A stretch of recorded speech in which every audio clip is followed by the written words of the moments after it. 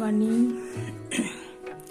এখন বাজে সকাল 7:45। বেশ ঠান্ডা এখানে, আর বেশ মাটির ঘরের মতনই, বা গ্রামের সারা রাত্রি বেশ ঠান্ডা ছিল। আচ্ছা, আমাদের সকালবেলা চা খাওয়া হয়ে গেছে একবার করে। এখানে যেহেতু সব ব্যবস্থা ছিল, আমার সব হয়ে গেছে মোটামুটি। আমি তৈরি। বেশ ঠান্ডা এখানে, জানো তো। আমরা দুর্গাপুরে ঠান্ডা পাচ্ছিলাম না, এখানে ভালো ঠান্ডা, মানে একদম কাঁপুনি দিচ্ছে। আমার তো দিচ্ছে, জানি না। আর আজকেও কুয়াশা, সূর্য এখনো ওঠেনি, যদিও শীতকালে সূর্যের দর্শন পেতে একটু দেরি হয়। পুরো কুয়াশা হয়ে আছে। আজকে আমরা বেরোবো 8টার সময়। অটো বলা আছে। এইসব জায়গায় ঘুরতে আসলে না, নিজের গাড়িতে আসলেও গাড়ি নিয়ে ঘোরা যায় না, যেহেতু জায়গাগুলো চেনা নেই আমাদের। যেহেতু এখানে বলছি 14টা জায়গা আছে দেখার, তো আমরা তো কোনোটাই চিনি না, তো সময় নষ্ট হবে খুঁজতে গেলে। সেহেতু আমরা বোলপুরেও গেছিলাম, সেখানেও অটো বা অটো নিয়ে ঘুরেছি। এখানেও একটা অটো বলা আছে, কালকে হোটেলের যে কেয়ারটেকার আছে সেই ঠিক করে দিয়েছে, তো সেই অটোটা আসবে। আর অটোয় যেতে গেলে একটু হাওয়া টাওয়া লাগবে, তাই টুপি মাস্ট। ঠান্ডা তো আছে, সেটাকে করতেই হবে। তো যাবো আমরা একটু পরে। হোটেলের যিনি কেয়ারটেকার, উনি বলেছেন সকাল সকাল একটু স্যান্ডউইচ বানিয়ে দেবে, তো স্যান্ডউইচ খেয়ে আমরা, জানি না এসছে কি না, এসছে না, এখানেই আছে বোঝা যাচ্ছে যে এখানেই কোথাও ঘুমিয়েছে। তো ও বানিয়ে দিলে আমরা খেয়ে দিয়ে অটো আসলে আজকের দর্শনীয় জায়গাগুলো দেখতে বেরোবো। তো তোমরা দেখতে থাকো।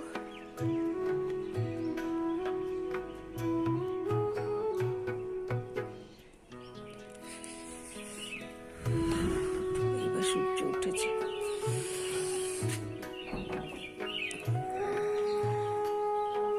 আমরা ব্রেকফাস্ট করার জন্য চললাম এবার। ইউক্যালিপটাসের শুকনো পাতাগুলো পড়ে আছে, আর ওপর দিয়ে হাঁটার সময় এত সুন্দর আওয়াজ হচ্ছে, সেটা শুনতেও খুব ভালো লাগছে। এখানে প্রচুর পাখি ডাকাডাকি করছে, আর কেয়ারটেকার যিনি ছিলেন তিনি বললেন অনেক রকমের পাখি এখানে নাকি আসে। তো আমরা ক্যামেরা নিয়ে আসিনি, তো খুব একটা পাখির ছবি তুলতে পারলাম না, কারণ খালি চোখে বা মোবাইলে অত ধরা যায় না। তো পাখির ডাক শুনতে ভীষণ ভালো লাগছে, বহুদিন পর আবার ছত্তিশগড়ের মতো। চলো খাওয়া যাক।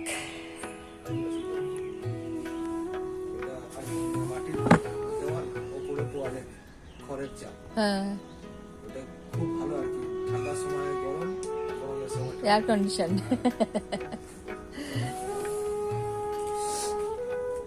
হোমস্টের কেয়ারটেকার শঙ্কর মণ্ডল, ওনার সঙ্গে বসে গল্প করছিলাম আমরা জলখাবারের শেষে। খেয়ে নাও না, ব্ল্যাক কফি না, লিকার চা খেয়ে নাও। হ্যাঁ হ্যাঁ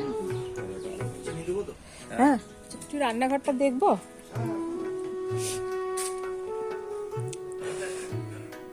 বড় আছে, বাহ, এখানটাও পেন্ট করা রয়েছে।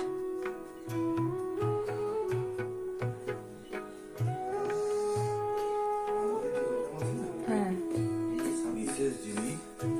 হ্যাঁ হ্যাঁ, ওই বলছে শান্তিনিকেতন থেকে পড়াশোনা করেছে। ও আচ্ছা, এইসব ছবি তারই আঁকা। আচ্ছা, ওরা নিজের আঁকা। বাহ। আমাদের লিকার চা তৈরি করছে, উনি বানাচ্ছেন। ততক্ষণ একটু ঘুরে চারপাশটা দেখি।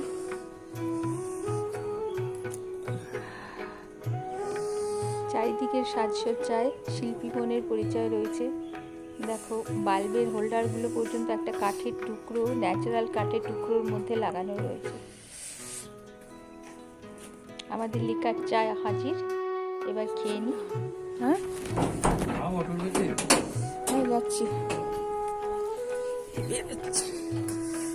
আমাদের অটো এসে গেছে।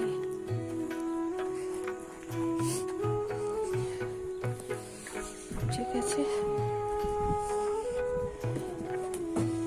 জলটা তো নিয়ে ঘুরতে হবে। আমাদের অটো ড্রাইভার একটা অল্প বয়সী ছেলে, সেই আমাদের নিয়ে যাবে সব কিছু দেখাতে ঘুরিয়ে। ওর নাম হচ্ছে সুকুমার নামাটা।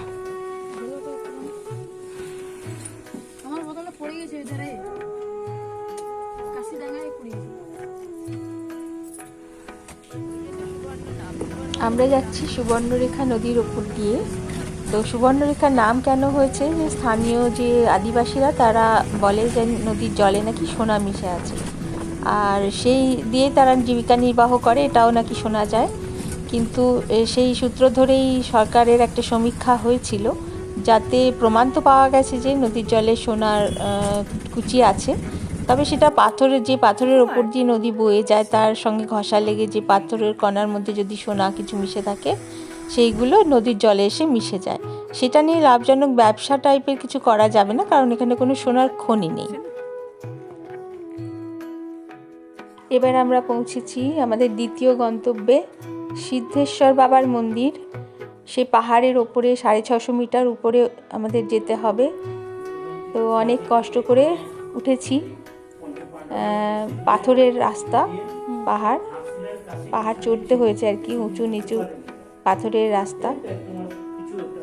তো সেখানে এই যিনি পুরোহিত, তিনি আমাদের পেছনই আসছিলেন।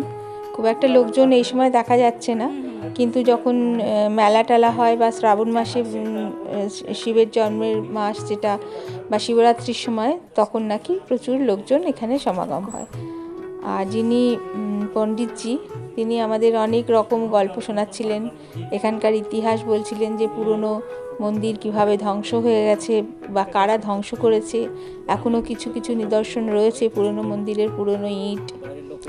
এটা দাপর যুগের তৈরি এই মন্দিরটা, তবে এখন যে শিবলিঙ্গটা দেখা যাচ্ছে সেটা হচ্ছে তখনকার নয়, এটা পরে নতুন করে তৈরি হয়েছে। আর এইখানে মা কালীর বলি হতো, মা কালীর মন্দির ছিল। তো সমস্ত কিছু নাকি বাইরে থেকে যারা এসেছে তারা লুট করে সমস্ত নিয়ে গেছে, সমস্ত নষ্ট করে দিয়েছে, ভেঙে দিয়েছে। এখন নতুন করে শিব মন্দিরটা আবার তৈরি হয়েছে। উনি আসেন, পুজো টুজো করেন, কেউ আসলে তাকে পুজো দিয়ে দেন। এই হচ্ছে গল্প।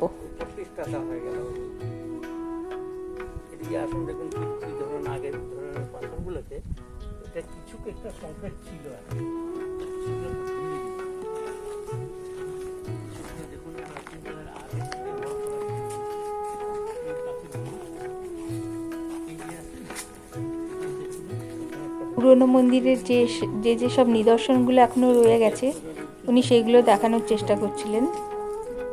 এই বড় বড় পাথরগুলোর নিচে নাকি সুড়ঙ্গের মতন কিছু গর্ত আছে, তো সেইগুলো বলছিলেন।